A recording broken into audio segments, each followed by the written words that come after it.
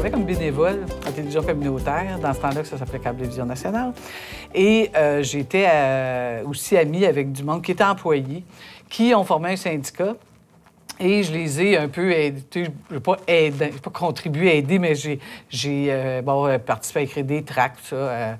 Donc, et après, je suis devenue employée. J'ai commencé, en fait, comme animatrice. Je suis devenue coordonnatrice. Après ça, j'ai fait de la caméra, j'ai fait du son, et finalement, j'ai été réalisatrice pendant un certain nombre d'années. J'ai été impliquée syndicalement, engagée syndicalement très rapidement. Je me suis même à un moment donné, il y avait eu j'étais encore en probation, puis il y avait eu une pétition. Je me souviens même plus pourquoi, mais je sais que je l'avais signée, puis pas besoin de dire que on m'a fait venir dans le bureau du directeur assez rapidement pour me demander quelle idée que j'avais eue de signer. Donc, j'avais même pas fini ma probation, puis là, j'avais expliqué que c'était par solidarité, puis qu'on ne s'intègre pas dans une équipe comme ça en étant en part, puis ça avait passé. TVC donnait parole aux gens qui étaient engagés socialement. Donc, c'était aussi une pépinière à monde pour le monde qui plus tard, seraient des leaders dans le monde syndical. Hein.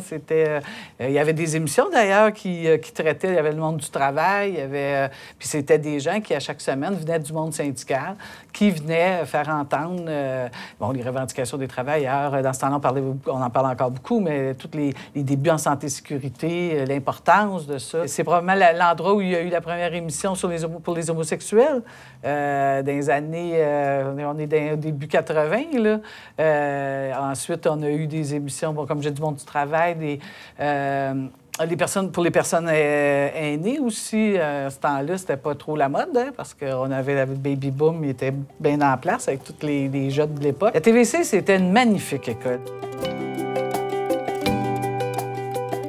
Donc, on m'a demandé de venir travailler au SCFP pour faire ces mémoires-là qu'on présenterait au CRTC.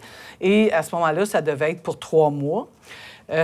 3 mois qui s'est renouvelé de 3 mois en 3 mois, après ça, d'année en année. Parce que c'était... À un moment donné, j'ai fait le calcul, là, pendant... peut-être 7-8 ans, c'était un mémoire aux 2 mois. À cette époque-là, les gens, ils ne voyaient pas bien l'utilité du service de recherche. Hein. C'était perçu comme un peu... C'était pas du service directement aux membres. Hein? Alors, puis évidemment, moi, je faisais souvent la blague où je disais... Bon, les conseillers, ils viennent te voir, ils viennent me voir, et après ça, quand ils retournent dans la section locale, ils vont pas dire je suis allé voir Linda, puis j'ai eu telle affaire, hein. Ils arrivaient, puis c'est correct, là, mais il reste que les gens, ils voyaient pas vraiment le travail qui se faisait au service. Je dis au service de recherche, puis je devrais dire dans la plupart des services spécialisés. Il faut savoir aussi que tranquillement, pas vite, les organisations syndicales, on a commencé à aller dans les commissions parlementaires, et quand on va devant ces instances-là, il faut savoir de quoi on parle, il faut avoir un argumentaire, il faut avoir un contenu structuré, et donc la recherche devenait de plus en plus importante. Quand j'ai commencé, il fallait que j'aille à la bibliothèque pour aller chercher de la documentation. Pour le CRTC, il fallait que je me rende au CRTC pour aller lire les documents publics.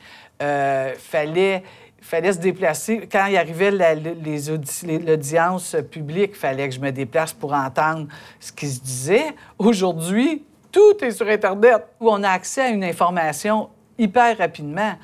Ça n'enlève pas qu'il faut faire le tri là-dedans. Ça n'enlève pas qu'il faut faire de la double, triple, quadruple vérification. Puis ça, d'ailleurs, les journalistes pourraient en parler parce que, justement, en communication, c'est encore plus dangereux de se tromper, hein, parce qu'on sort des choses, puis c'est arrivé. Et là, il faut aller vérifier les sources et tout. Puis avec ça, c'est beaucoup plus rapide, mais ça nous demande de faire beaucoup plus attention au type d'information qu'on sort ou dont on se sert, parce que, justement, il y a du très bon et du très mauvais là-dedans. Être à la direction du SCFP, comme directrice adjointe en ce qui me concerne, c'est une job, j'ose presque pas le dire, mais je vais le dire pareil, c'est une job de fou. On a le personnel, évidemment, mais on a 110 000 membres aussi. Donc, on reçoit un flot d'informations qui arrivent de toutes ces personnes, des sections locales, ça. Et pour réussir à se retrouver puis à garder la tête hors de l'eau, ça demande énormément d'organisation. Ça demande énormément d'être capable de prendre un certain recul là, parce que l'intensité du travail dans ces postes-là, c'est assez incroyable. Partout, de toute façon, le monde syndical en général, il faut le dire, là, que ce soit les conseillers, c'est du travail très intense. C'est stimulant malgré tout parce que on fait affaire avec tellement de gens intéressants, tellement de types, de milieux. Parce que le SFP, hein, c'est quand même très diversifié.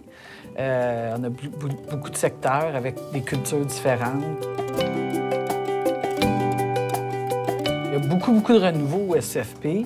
Je m'amusais dernièrement à faire le compte. Bon, on est fin 2012.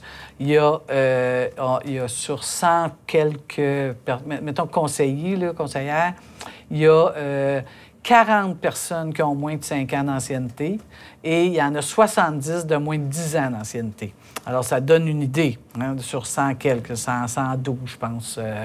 Donc, c'est un défi incroyable en termes de formation. On a commencé à embaucher des gens différemment qu'on l'a fait par le passé. On a beaucoup plus de jeunes. Il faut le dire, dans les années avant, on embauchait des gens autour de 38 ou 39 ans. Maintenant, on en a qui sont dans la vingtaine, jeunes trentaine. Donc, il faut... Puis c'est des gens qui sont engagés, tout ça, mais qui n'ont peut-être pas toujours le vécu que quelqu'un de 40 ans pouvait avoir. Alors, il y a ce défi-là. Le CFP, c'est un ensemble de personnes qui croient que le monde du travail peut être un endroit agréable avec des droits. Puis le SFP, c'est l'organisation qui tient tout ça ensemble. C'est le ciment de tout ça.